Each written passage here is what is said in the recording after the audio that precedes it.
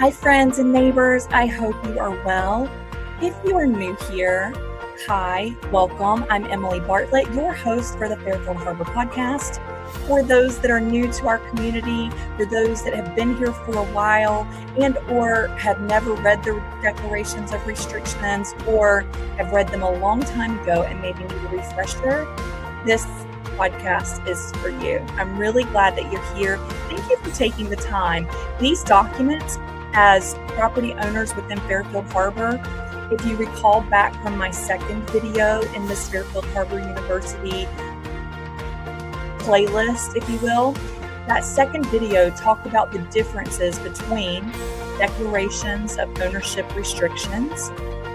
Some refer to them as covenants, conditions, and restrictions, CC&Rs, and the bylaws.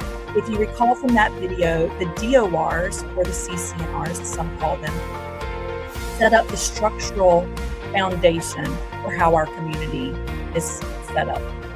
The bylaws represent the documents by which how we govern ourselves. So in these next several videos, I am going to be reading through the DORs and the bylaws for our community. I want to preface this with a couple of things, and I will try to do this at the top of each video. But one, I am Emily Bartlett. I am a neighbor and property owner in Fairfield Harbour. I am not on the board, affiliated with the board, endorsed by the board, have zero connection to the board, okay? I also am not affiliated, endorsed by, or have any circumspect connections to management office or Troon, okay? I am just a neighbor and a property owner in Fairfield Harbour. And these documents, the DORs and the bylaws, if you are a property owner in Fairfield Harbour, are just as much your documents as they are the boards and the management company's documents. We, the people, are the association, okay? And now granted, this DORs were written in November 19th, 1975. That was 4 years before I was born, okay? So they have existed for a long time. They have been amended 4 times. And if you remember back from my second video, it takes a whole lot of effort to modify our DORs because they are the structural underpinning for how our community is laid out, right? So there will be several footnotes, and for those that are just listening and you're not watching on YouTube, great, love that for you. These videos are going to be a wonderful opportunity for I want to know what our DORs and bylaws say. I cannot be sitting in front of a computer for hours at a time watching Emily drone on about this. Put me in your ears, go mow the grass, do some laundry, walk the dogs, go meet a neighbor. But I can be in your car, I can be in your ear, I can be anywhere. I am just going to be reading. These videos, unlike some of my others, have zero of my opinion about them. I am just reading the words on the page, okay? So I will say though, my opinion is that you can tell these were written back in the 70s. Lots of run-on sentences. If you are a grammar snob like myself, some of the tenses do not match up. There were parts, I tried to record this video twice yesterday, and I just kept getting hung up in some places because just the words in their order functionally do not make sense in some of these areas. And I will get tripped up, and I apologize for that. I'm going to try to make this entertaining. I added some background music I hope you can hear, not to overwhelm my voice, but to give us, just add a little zhuzh to this, because it's important that we know what these documents are. Okay, I will be reading. I will let you know when I see any of the 4 denotations that what I am reading from is from an amendment. So on the first page of the DORs, there are 4 symbols. The star symbol means that this was an amendment or a change to the DORs that took effect January 1st of 1995. If there is a circle, that means that that was an amendment or change that went into place January 1st of 1997. If there is a pound symbol, some nowadays refer to it as a hashtag, but if you see the number sign, the pound symbol, a hashtag, that is Amendment 3, and that went into effect January 1st of 1998. And if you see the ampersand, that is the and sign, that is Amendment 4, and that went into effect January 1st, 2006.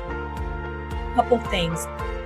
Because our community has been developed over the course of several decades and we have these different amendments in place, there are different sets of DORs and bylaws by section of the community. Case in point, I am going to add to the screen now. This is the map of sections 1 through 7, and that is where I am going to be reading the DORs for this section of our community today. Some may refer to this map of sections 1 through 7 as west of Broad Creek and the Shoreline, okay? So to give you some perspective for those that are watching me on YouTube, this is coming down Broad Creek, and where you would make a right-hand turn into the community at the Gate Shack. Once you get through the gate, if you turn left, you see Birdlands. Birdlands is sections 2, 3, and 4 in this map. If you were to come out of Birdlands and turn right from the Gate Shack and go all the way around Caracara, or maybe you turn right on San Juan, you have all of the sections 5 through 7, right, around Caracara, up through Plymouth Port, and that little, like the end of the community there at the Game Lands, and then down Northwest Creek through the Gondolier Peninsula and the Inner Harbor, okay? Those are sections 1 through 7 in Fairfield Harbour. Let me show you quickly. I'm going to remove this map from the stage. This is FHPOA, fh-poa.com. This is our community's website. So if you're new here, I would encourage you to go out and look at this. You will see these 3 lines here at the top. If you're looking at FH-POA on your phone or iPad, or maybe like me right now, you're on a computer, but you have your screen minimized, the menu bar will collapse into these 3 lines, okay? If you're just on a regular computer, you will likely see the menu bar strewn out across this top header section. I'm going to go down from the header bar to the documents section, and you will see a folder here called Maps, okay? This is where I grabbed the map for sections 1 through 7, okay, west of Broad Creek and Shoreline. There are also maps of Grenada, Harbor Points 1, 2, and 3, as well as Windjammer and Windjammer Villas. Okay, so we'll deal with all of these other maps and the DORs and bylaws for those sections later. But today I just want to show you how to get to the maps yourselves. And then for this sections 1 through 7, we are all single family homes in sections 1 through 7. So if you go to this folder DORs and maps for single family homes, you will see all of the DORs for each of these other sections. Okay? So I am going to show you and read from DOR section 1 through 7. Okay? That is here. Now, thank you so much for allowing me that quick 8 to 10 minute intro to kind of set up the tone and the cadence of these meetings. I am now going to start reading these declarations of restrictions for sections 1 through 7. Number 1, applicability. These restrictions shall apply to all subdivided numbered lots, which are for residential purposes only, but these restrictions shall not be applicable to any unnumbered lands or lands designated on the plat as parcels or lands of declarant, which lands are intended for commercial, multiple dwelling, condominium or hotels, or recreational uses, declarant is withholding these parcels pursuant to its general development scheme, and the absence of restrictions thereupon is intended to further that scheme by providing additional conveniences to the residential property owners and by stimulating a truly integrated community. Number 2, the term. The term was amended multiple times. This first section was amended with a star, January 1st of 1995. A. These restrictions shall affect and run with the land and shall exist and be binding upon all parties and all persons claiming under them until January 1st, 1995.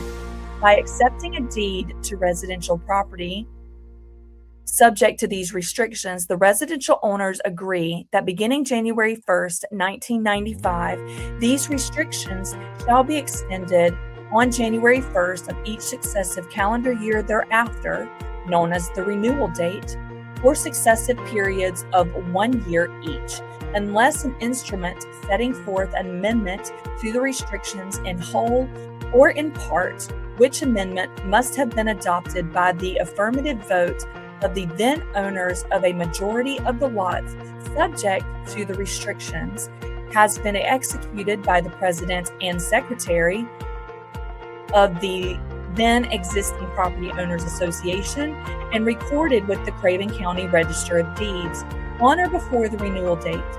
For purposes of the vote described above, all owners of a particular lot must vote affirmatively in order for that lot to be counted as a vote in favor of this amendment, and the said President and Secretary may require such evidence as they deem necessary for the property of the required vote.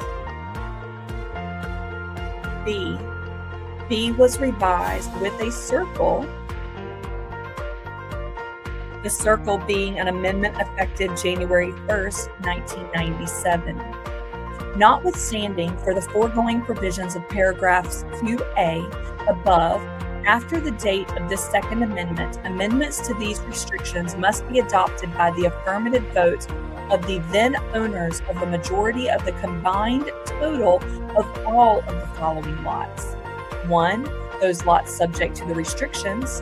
2. Those lots in any section or phases of the development presently commonly known as Fairfield Harbour Subdivision, including, without limitation, any and all sections now or hereafter within such subdivision which are subject to restrictions substantially and materially the same as the restrictions, which sections have adopted or hereafter adopt as part of their respective applicable restrictive covenants the voting provisions of this amendment as contained in this paragraph 2b, by whatever adoption method is appropriate for and legally binding upon such section of phase and the owners thereof.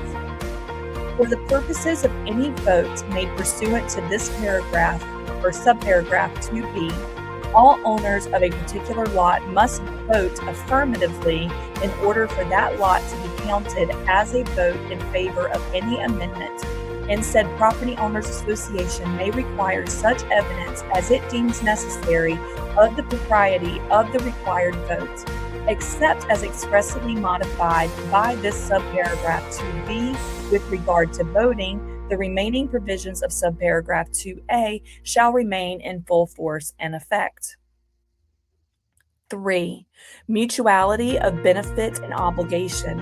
The restrictions and agreements set forth herein are made for the mutual and reciprocal benefit of each and every lot in the subdivision and are intended to create mutual, equitable servitudes upon each of the reciprocal rights between the respective owners and all of said lots, to create a privacy of contract and estate between the grantees of said lots, their heirs, successor assigns, operates as covenants running with the land for the benefit of each and all other lots in the subdivision and their respective owners. 4. Exclusive residential use and improvements. No lot shall be used except for single-family residential purposes. No structure shall be erected placed or permitted to remain on any lot other than the one detached single-family residence dwelling and such outbuildings as are usually accessory to a single-family residence dwelling, including a private garage. 5. Property Control Committee. A. All plans and specifications for any structure and improvement whatsoever to be erected on or moved upon or to any lot, and the proposed location thereof on any lot or lots, the construction material, the roofs and exterior color schemes, any later changes or additions after initial approval thereof, and any remodeling, reconstruction, alterations, or additions thereto on any lot shall be subject to and shall require the approval in writing before any such work is commenced of the Property Control Committee, herein called the Committee, as the same is from time to time composed. The committee shall be composed of 3 members until September 1st, 1976. The declarant shall have the right to appoint and remove members of the committee. After September 1st, 1976, the Board of Directors of the Treasure Cove Property Owners Association, Inc., which has changed its name to Fairfield Harbour Property Owners Association, Inc., hereinafter called the Association, shall have the right to appoint and remove members of the committee. C.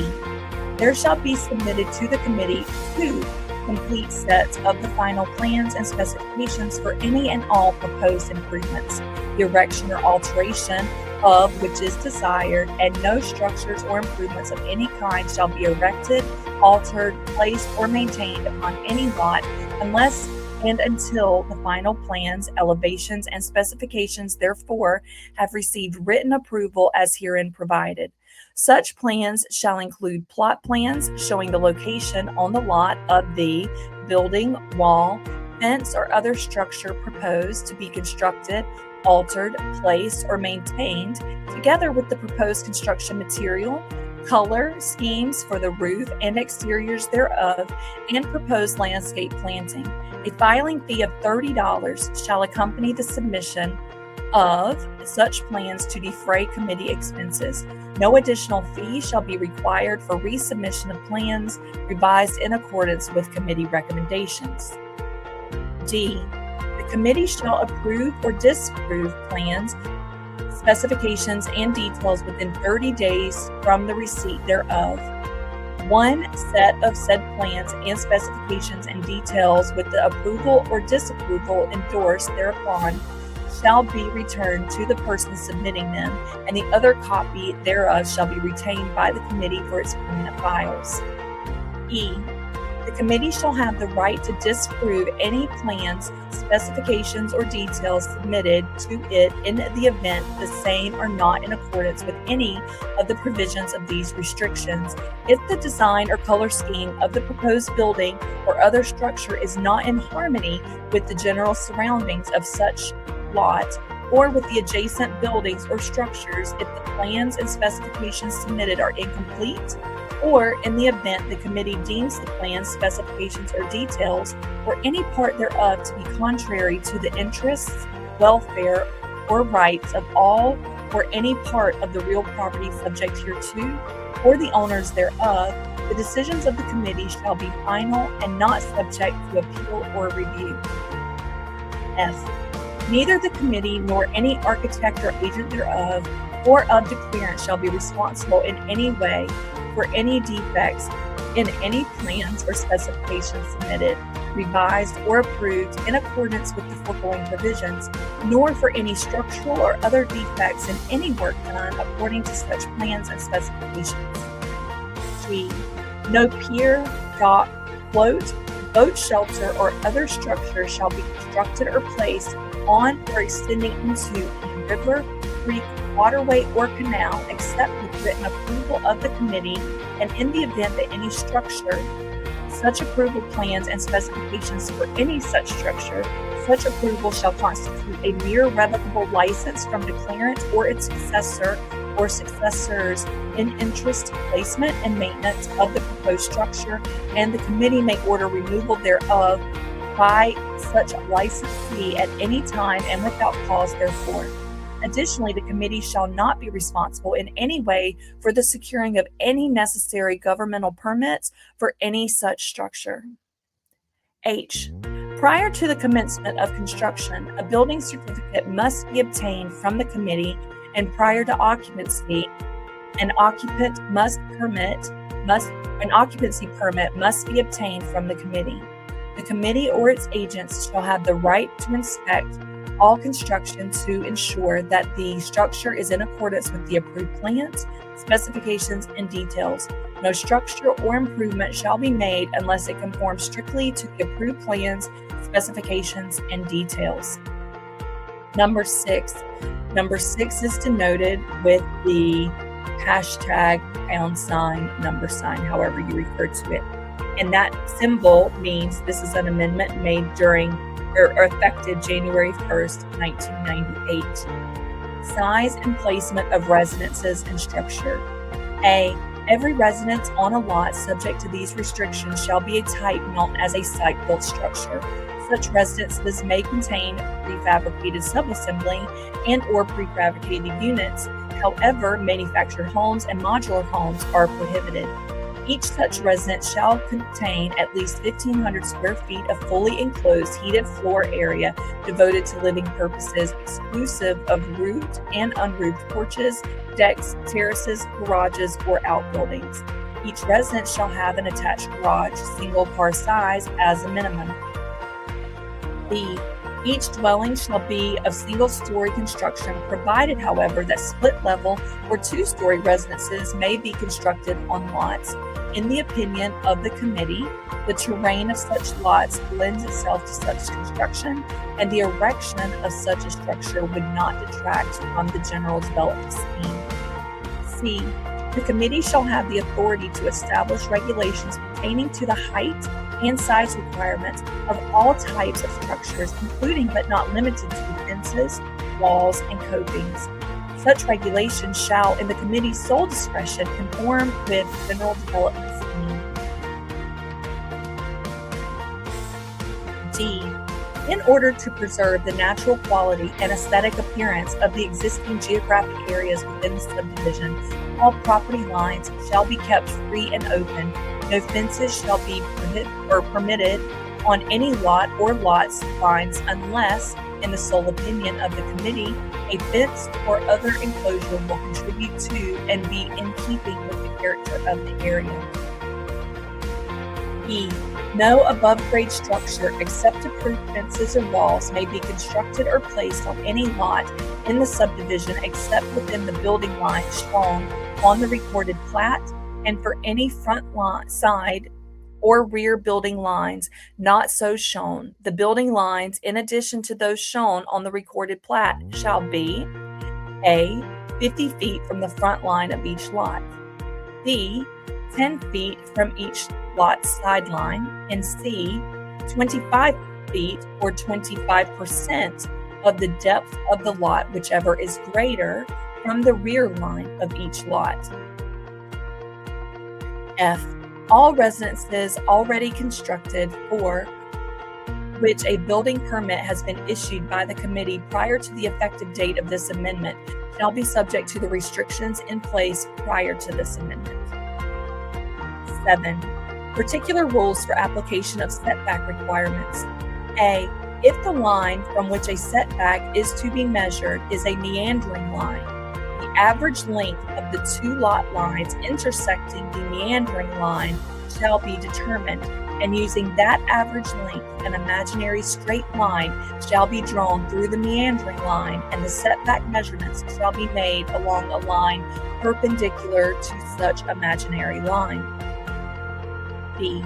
The term sideline defines a lot boundary line that extends from the street on which the lot abuts to the front or rear line of the lot.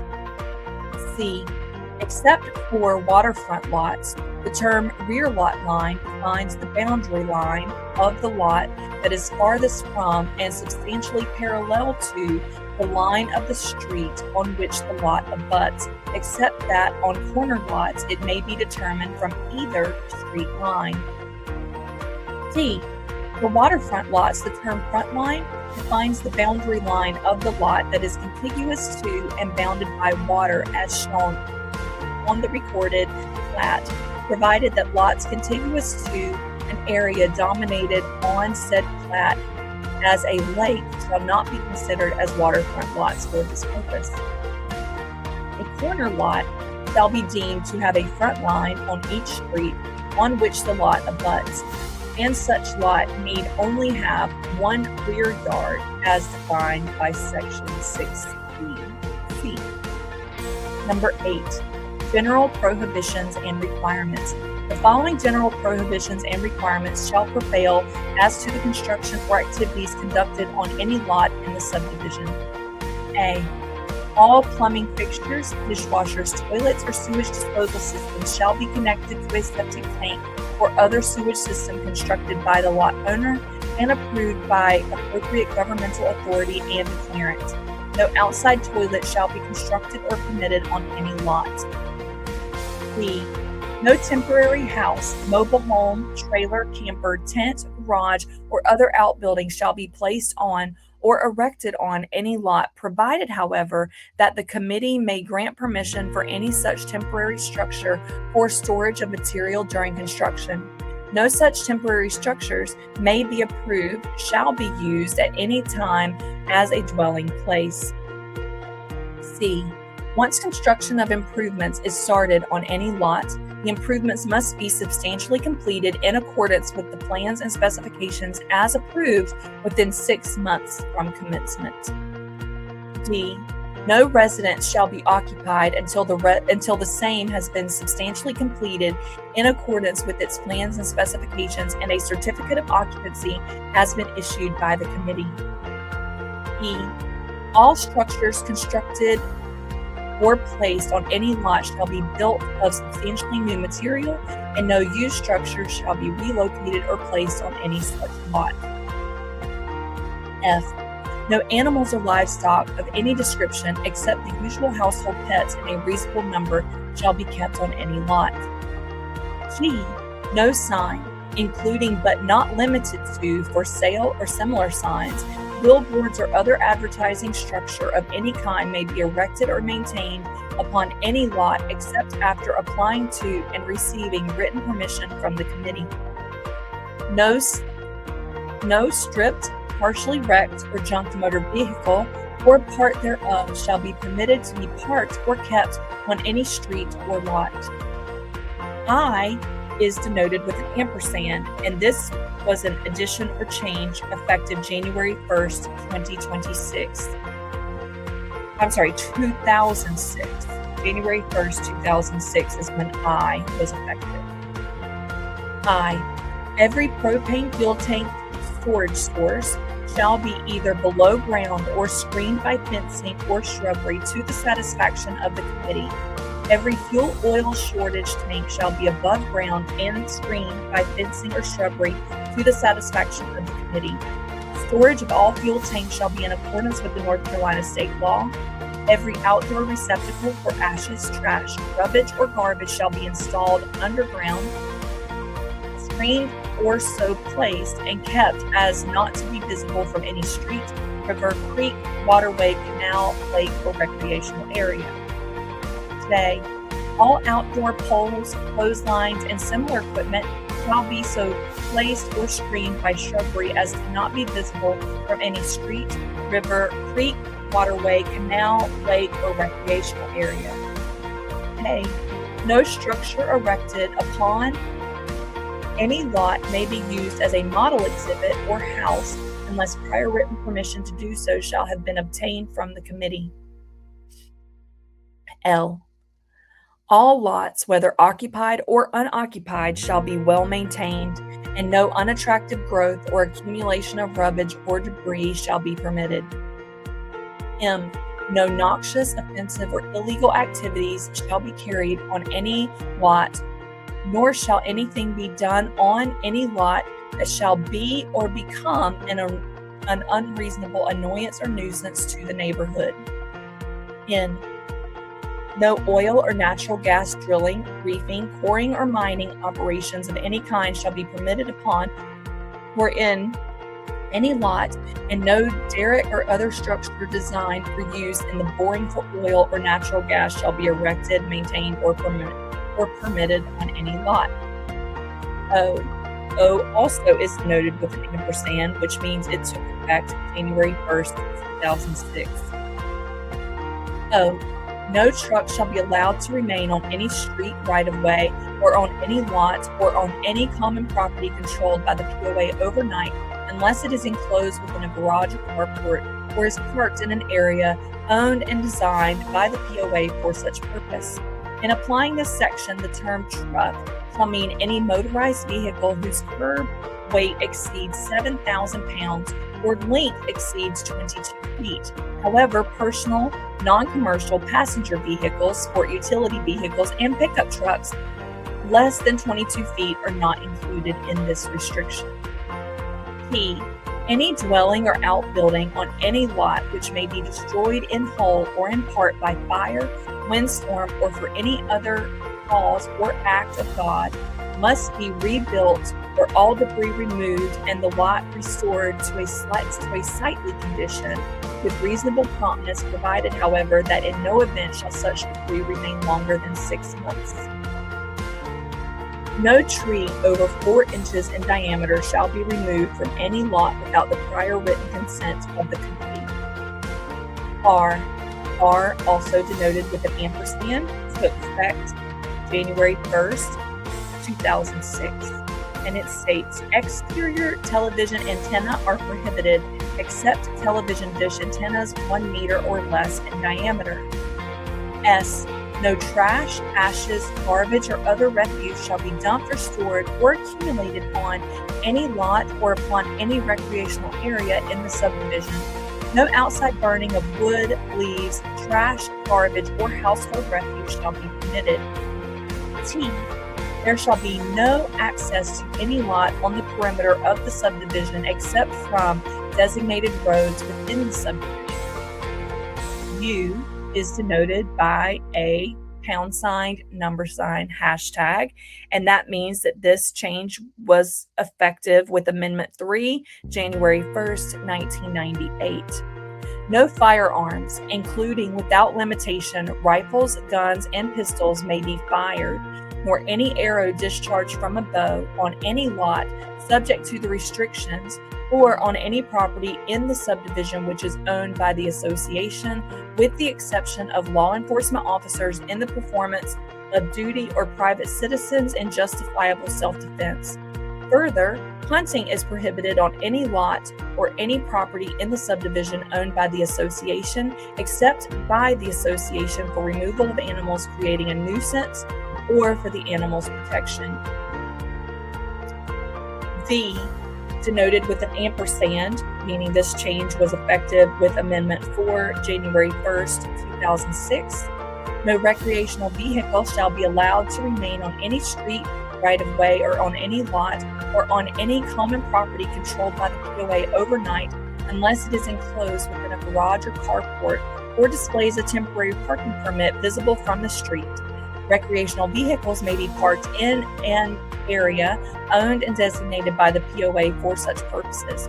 Temporary parking permits may be granted by the POA for a period of time not to exceed 2 weeks.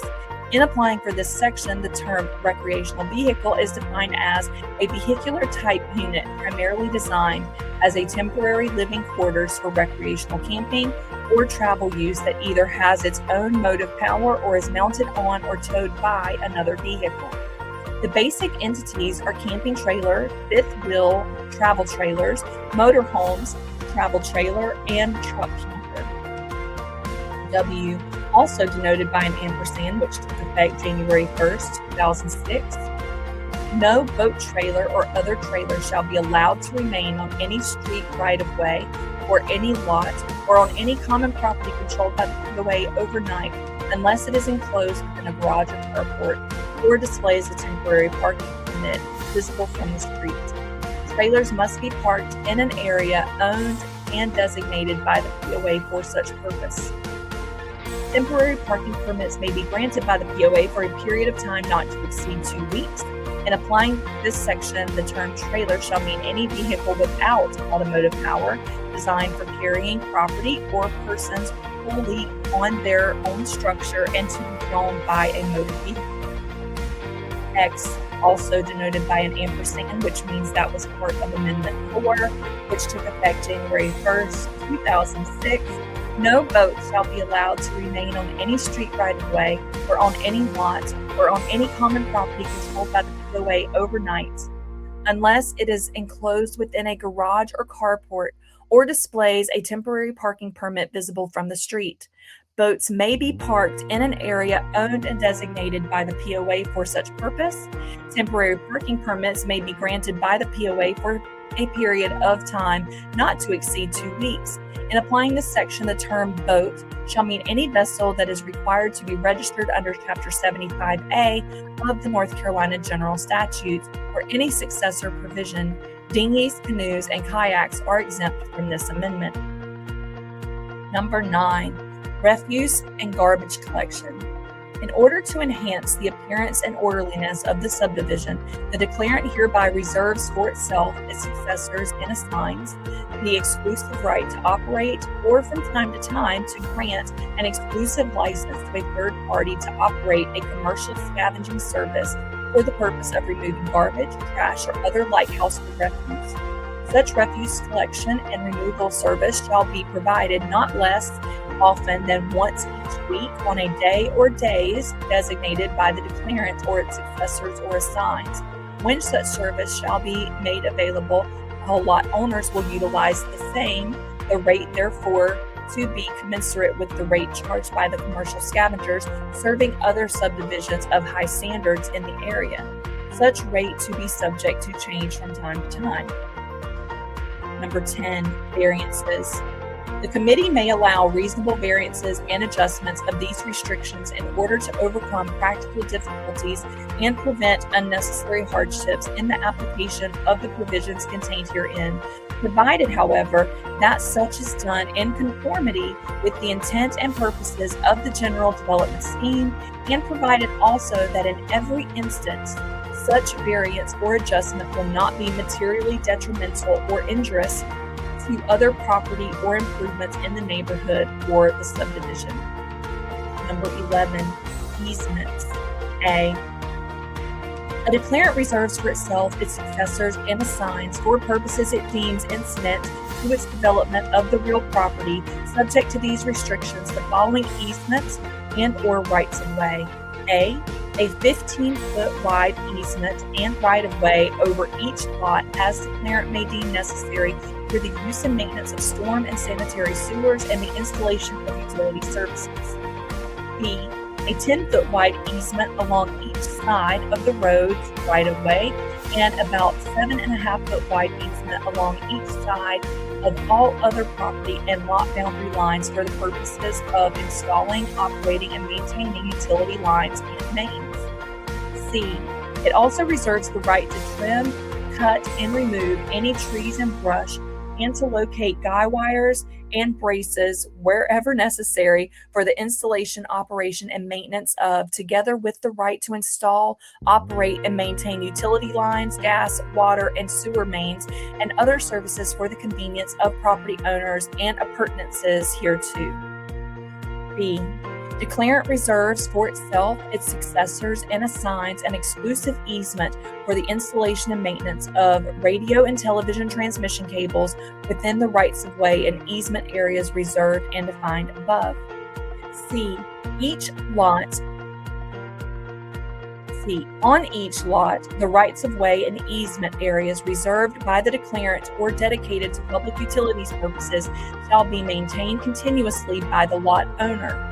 But no structures, plantings, or other materials shall be placed or permitted to remain or other activities undertaken which may damage or interfere with the installation or maintenance of utilities, which may change the direction or flow of water through drainage channels in the easement, or which damage or interfere with the established slope ratios or create erosion or siting problems. I provided, however, that where the existing location of a drainage channel would hinder the orderly development of a lot, the drainage channel may be relocated, provided such relocation does not cause an encroachment on any lot in the subdivisions. Improvements within such areas shall also be maintained by the respective lot owner, except for those which a public authority or utility company is responsible. D. Every lot in the subdivision, if any, that lies contiguous to a river, creek, waterway, or canal shall be subject to a flowage easement to an elevation on the lot equal to the high water elevation of such river, creek, waterway, or canal. 12. Recreational amenities. Every park, recreational facility, and other amenity within the subdivision is a private park, facility, or amenity, and neither declarant's execution nor recording of the plat nor any other act of declarant with respect to the property is or is intended to be or shall be construed as a dedication to the public of any said parks, recreational facilities, and amenities other than as reflected herein. An easement for the use and enjoyment of each of these areas designated as parks is reserved to the declarant, its successors, and assigns to the persons who are, from time to time, members or associate members of the association, to the members and owners of any recreational facility, to the residents, tenants, and occupants of a multifamily residential buildings, guest house, inn, hotel facilities, and all other kinds of residential structures that may be erected within the boundaries of the property, and to the invitees of all the aforementioned persons, the use of which shall be subject to such rules and regulations as may be prescribed by declarant or the association if the association is the owner of the facility or property involved. B. The ownership of the recreational amenities within the property, which may include but shall not be limited to dams, marinas, beaches, rivers, and canal access tracts, golf courses, tennis courts, swimming pools, clubhouses, and adjacent clubhouse grounds and campgrounds shall be in declarant or its successors, grantees, or assigns, and the use and enjoyment thereof shall be on such terms and conditions as declarant, successors, grantees, or assigns shall from time to time license, provided, however, that any or all of such amenities may be conveyed to the association, which conveyance shall be accepted by it, provided the same is free and clear of all financial encumbrances. Number 13, Fairfield Harbour Property Owners Association. A. Every person upon acquiring title, legal or equitable, to any lot in the subdivision shall become a member of the association, a North Carolina nonprofit corporation herein referred to as association, and as long as he is the owner of any such lot, he must remain a member of the association, provided, however, that there shall be only one regular membership per lot, regardless of the manner or number of names in which title to same may be held. Such membership is not intended to apply to those persons who hold an interest in any lot merely as security for the performance of obligations to pay money, example, mortgages, deeds of trust, or real estate contract purposes. However, if such a person should realize upon his security and become the real owner of a lot, he will then be subject to all requirements and limitations imposed in these restrictions on owners of lots within the subdivision and on members of the association, including those provisions with respect to payment of all charges. B. The general purpose of the association is to further and promote the community welfare of property owners in the subdivision. C. The association shall be responsible for the maintenance, repair, and upkeep of the parks and other common areas or amenities owned by it within the subdivision. The association shall also promulgate and enforce all regulations necessary for the use and enjoyment of such parks, common areas, and such other properties as it may from time to time own. D.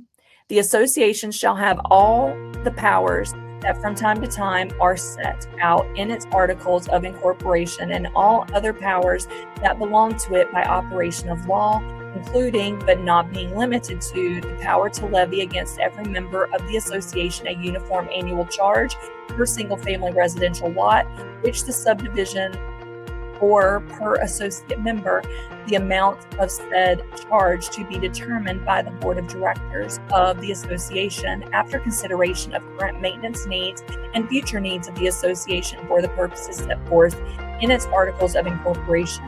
Provided, however, that the uniform annual charge shall in no event be less than $60 per year for maintenance of facilities. No such charge shall ever be made against or be payable by the declarant, the association itself, or any corporation or corporations that may be created to acquire title to or operate any water or sewer utilities serving the area, or any dams, beaches, water access tracts, marinas, golf courses, tennis courts, swimming pools, clubhouse grounds, campgrounds, or other like recreational facilities, regardless of whether such facilities are used by persons other than lot owners. The association may also charge any user or member fees for the use of any amenities owned or operated by it, including charges for individual services or goods provided members through such facilities. A. Every annual charge so made shall be paid by the members to the association or its designee on or before the first day of May each year or the ensuing year. The board of directors of the association shall fix the amount of the annual charge per lot on or before the first day of April of each year, and written notice of the charge so fixed shall be sent to each member. Provided, however, that fees for usage and charges for individual services or goods received by members through the facilities of the association shall be paid at least monthly or more often as may be required. B. If any annual charge shall not be paid when due, it shall bear interest from the date of delinquency at the first rate of 6% per annum.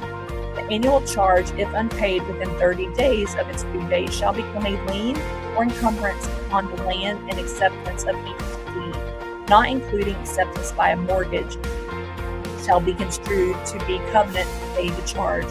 The association may publish the names of the delinquent members, and every such lien may be foreclosed at any time. Any lot acquired is taken subject to the lien for any unpaid prior charges, and every person who shall become the owner of the title, legal or equitable, to any lot in the subdivision by any means shall be held conclusively to any covenanted to have covenanted to pay the association or its designee all such charge or charges. In addition, as an alternative to the remedy of lien, foreclosure, or such annual charge, the association shall have the right and option to sue for any and all unpaid charges, interest, costs, and reasonable attorney's fees in any court of competent jurisdiction as for a debt owed by any delinquent members to the association. C. The association, upon demand at any time, shall furnish a certificate in writing signed by an officer of the association certifying that the charges on a specified lot have been paid, or that certain charges against said lot remain unpaid, as the case may be. A reasonable charge may be made by the board of directors of the association for the issuance of these. Such certificate shall be conclusive evidence of payment and any charges therein stated to have been paid. E. The fund accumulated as the result of charges levied by the association shall be used exclusively to promote the recreational facilities of and the health, safety, and welfare of the members and associate members of the association, and for the improvement and maintenance of those areas designed as parks and other property and facilities within the subdivision, and overall development of declarant which shall have been conveyed or to or acquired by the association. F. The lien of a mortgage or deed of trust representing a first lien placed upon any lot for the purposes of permanent financing and or constructing a residence or other improvement thereon, recorded in accordance with the laws of North Carolina from date of recordation shall be superior to any and all liens provided for herein. G. The Board of Directors of the Association shall have the right to suspend the voting rights, if any, and the right to use the recreational facilities of the association or the declarant or of any other corporation owning or operating such facilities of any member. And then we start back over with A, and I'm not sure why, because there was no new section, but we go from G to A. For any period during which an association charge of any kind whatsoever owed by the member remains unpaid. B. During the period of any continuing violation of the restrictive covenants of the subdivision by member, after the existence of the violation shall have been declared by the Board of Directors of the Association. C. During the period that any bill for water, sewer, garbage, cable TV, or any other utility or service rendered to the member by declarant, its successor or assignee shall remain unpaid. Maybe these are A, B, and C under G. They just didn't do the indenting. 14. Association's right to perform certain maintenance. In the event an owner of any lot shall fail to maintain the premises and or improvements situated thereon in a manner satisfactory to the Board of Directors of the association shall have the right, through its agents and employees, to enter upon said lot and clear, clean, repair, maintain, and restore the lot to the exterior of any building and any other improvements erected thereon. Such right shall not be exercised unless 2/3 of such Board of Directors shall have voted in favor of its being exercised. The cost of such maintenance shall be added to and become part of the annual charge to which such lot is subject and shall constitute a lien on said lot. 15. Provisions in respect of rivers, canals, and lot contiguous thereto, as between declarant and purchasers of lots, their heirs and assigns, the water in, the land under, the rivers, creeks, waterways, and canals, as shown on the plat, is and will be owned by the declarant, its successors, and assigns. The title that will be acquired by any grantee of the declarant to any lot fronting on a river, creek, waterway, or canal, and by the successors and assigns of such grantee, shall extend only to such point as is designated on the plat, and in no event shall it extend beyond the shoreline, i.e. high water mark, or edge of the river, creek, waterway, or canal to which such lot is fronting or contiguous.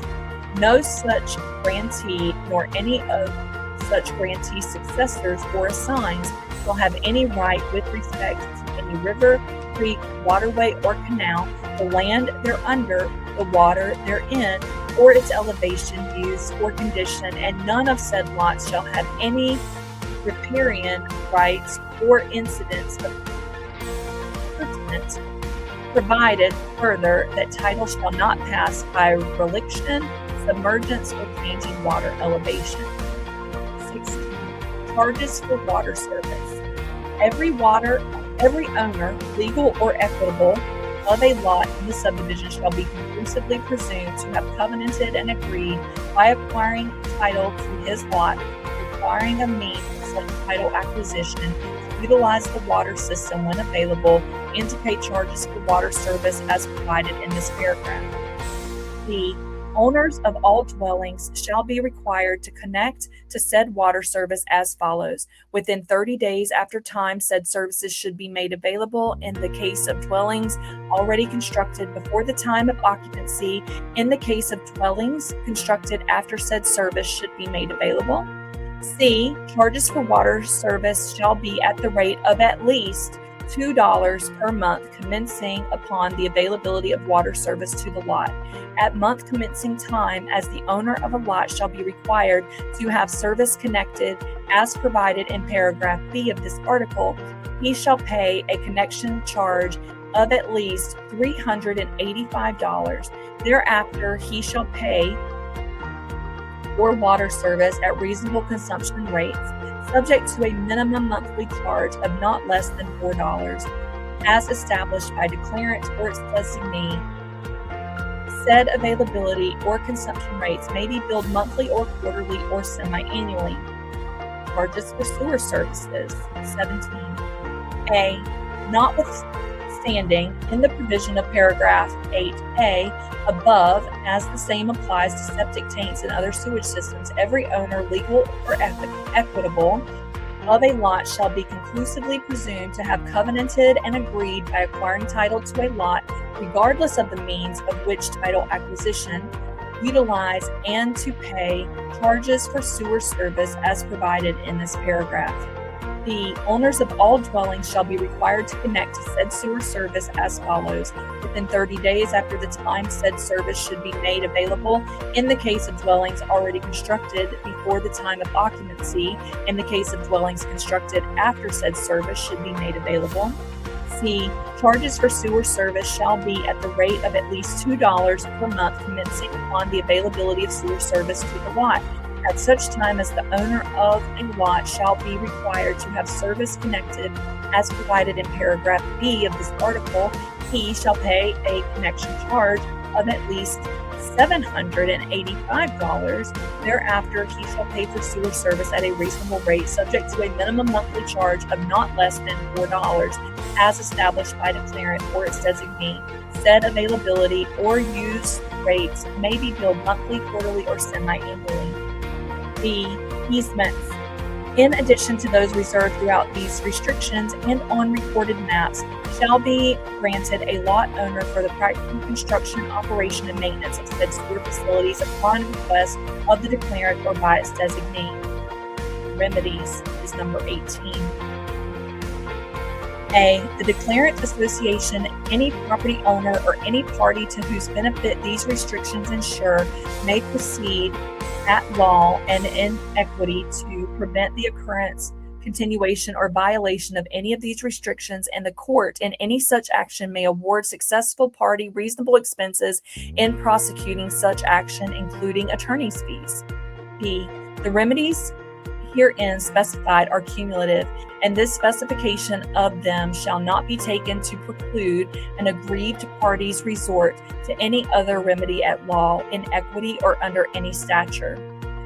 No delay or failure on the part of declarant, the association, or an aggrieved party to invoke an available remedy in respect of a violation of any of these restrictions shall be held to be a waiver by that party of, or an estoppel of that party to assert any right available to him upon the recurrence or continuation of said violation or occurrence of a different violation. 19. Grantee's acceptance. A. The grantee of any lot subject to the coverage of this declaration by acceptance of a deed conveying title thereto, or the execution of a contract for the purchaser thereof, whether from a declarant or a subsequent owner of such lot, shall accept such deed or contract upon and subject to each and all of these restrictions and the agreements herein contained, and also the jurisdiction, rights, and powers of declarant, and by such acceptance shall for himself, his heirs, personal representatives, successors, and assigns, covenant, consent, and agree to and with the declarant, and to which the grantees and subsequent owners of each of the lots within the subdivision to keep, observe, comply with, and perform said restrictions and agreements. B. Each such grantee also agrees by acceptance to assume, as against declarant, its successors, or assigns all risks, hazards of ownership or occupancy attendant to such lot, including but not limited to its proximity to any recreational facility. Each such grantee whose lot is adjacent to available underground electrical service, if any, also agrees to complete the underground secondary electrical service to his residence. 20. Severability. Every one of these restrictions is hereby declared to be independent of and severable from the rest of the restrictions, and of from every other one of the restrictions, and of and from every combination of the restrictions. Therefore, if any of the restrictions shall be held to be invalid, or to be unenforceable, or to lack quality of running with the land, that holding shall be without effect upon the validity, enforceability, or running quality of any other one of the restrictions.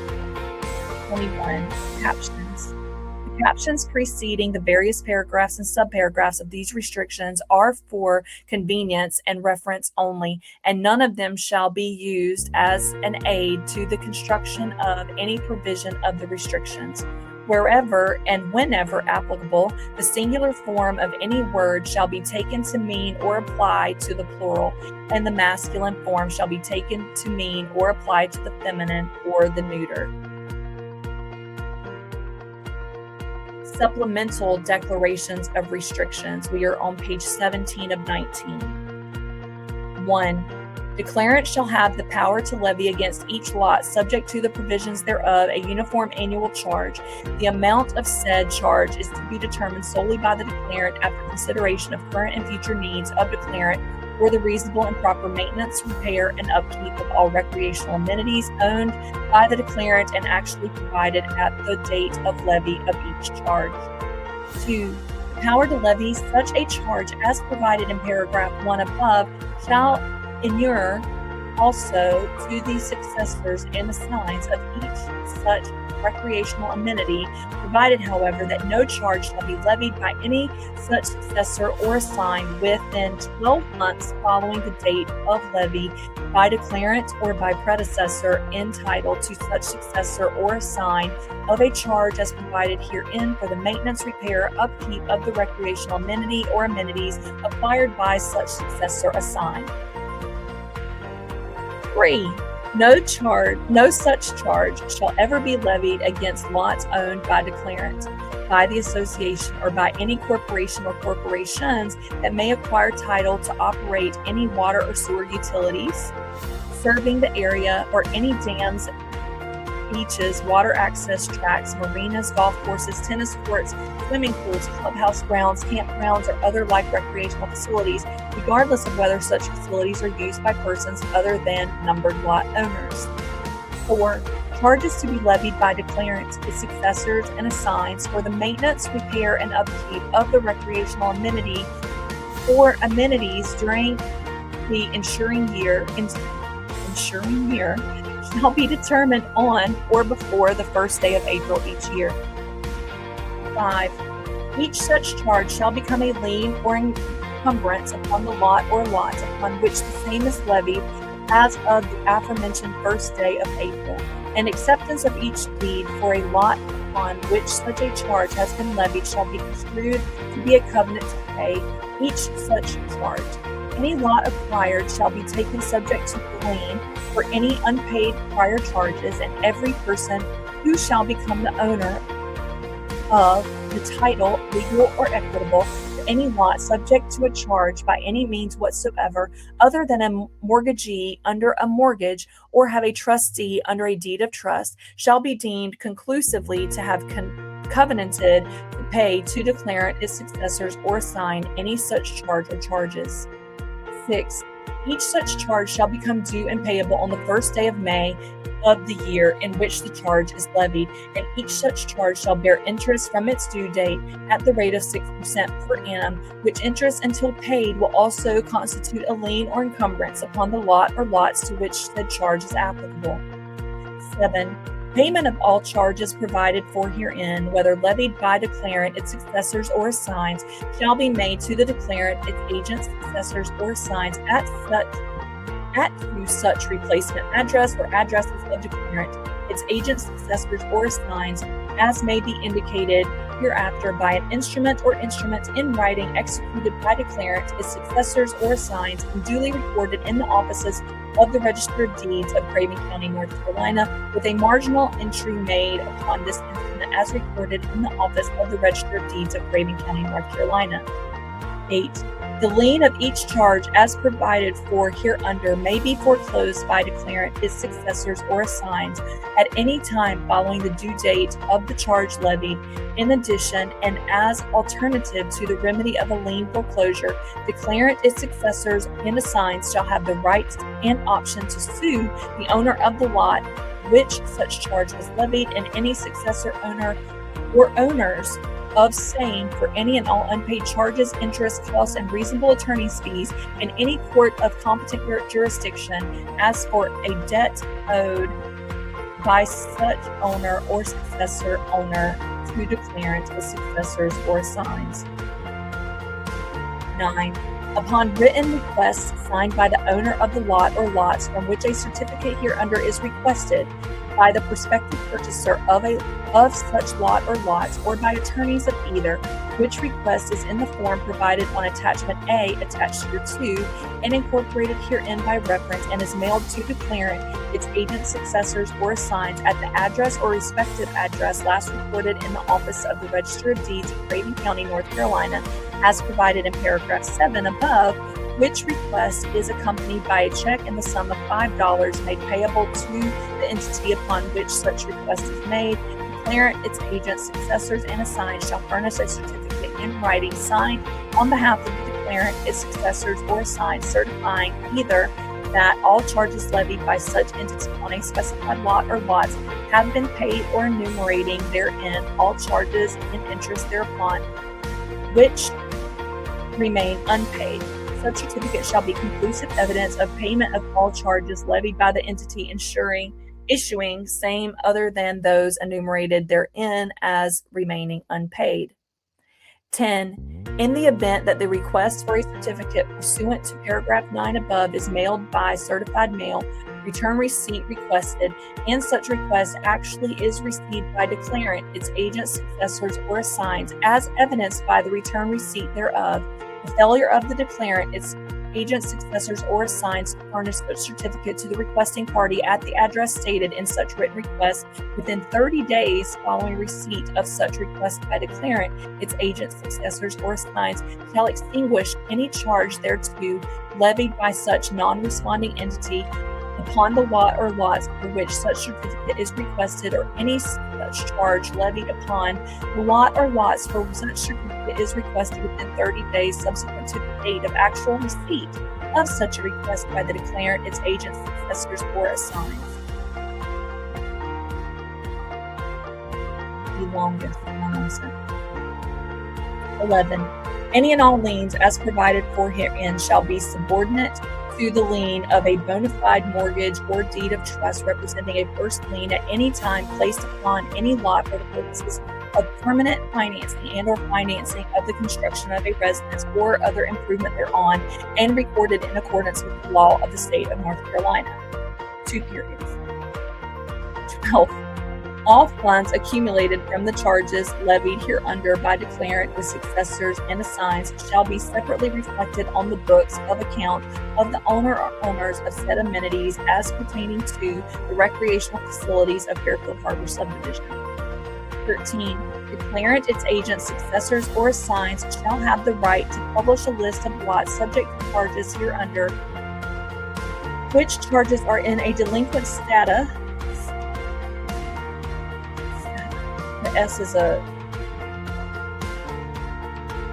postscript. The declarant, its successors, and assigns shall have the right to suspend the use of all recreational amenities owned by the declarant, its successors, and assigns by any person or persons basing the right of use of such recreational amenities upon the ownership or possession of any such lot upon which charges provided for hereunder are delinquent. 14. Nothing contained hereunder shall be interpreted or construed to prevent declarant, its successors, or assigns from charging any user for the use of any amenities owned or operated by them or any of them, including charges for individual services or goods provided users through such facilities. 15. The term successor and assigns as used herein shall be deemed to include any and all successors and assigns of declarant in and to the recreational amenities here and above, reference to other than the association, it being understood and agreed that the right to levy charges for the maintenance, repair, and upkeep of such recreational amenities may be conveyed to the association shall be provided for in the said declarations of restrictions and not provided for herein. 16. In witness whereof declarant has caused this instrument to be executed in its corporate name by its president, attested by its assistant secretary and is corporate still to be here to affix, all by order of this board of directors, first duly give this first day and year of first above written, effective date November 19th, 1975. I was expecting, based on the clause in 10 of these supplement things, that there be an actual certificate. It says there will be a certificate draft that you can use and send in your $5 to request these, but it does not give you that certificate. Anywho, that is the conclusion of me reading through the declarations of restrictions for sections 1 through 7 of Fairfield Harbour. Apologies where I kind of stumbled the wording in here, the run-on sentences. Some words are completely misspelled or misused out of context. I cannot help that. So apologies for that. I was trying to do the best that I could. Again, I am not affiliated with the board, the management company. I am just a friend and neighbor. And I hope that you found this helpful. And I will continue doing these in short order for the other sections of Fairfield Harbour. Have a great day, and we will talk soon. Bye all.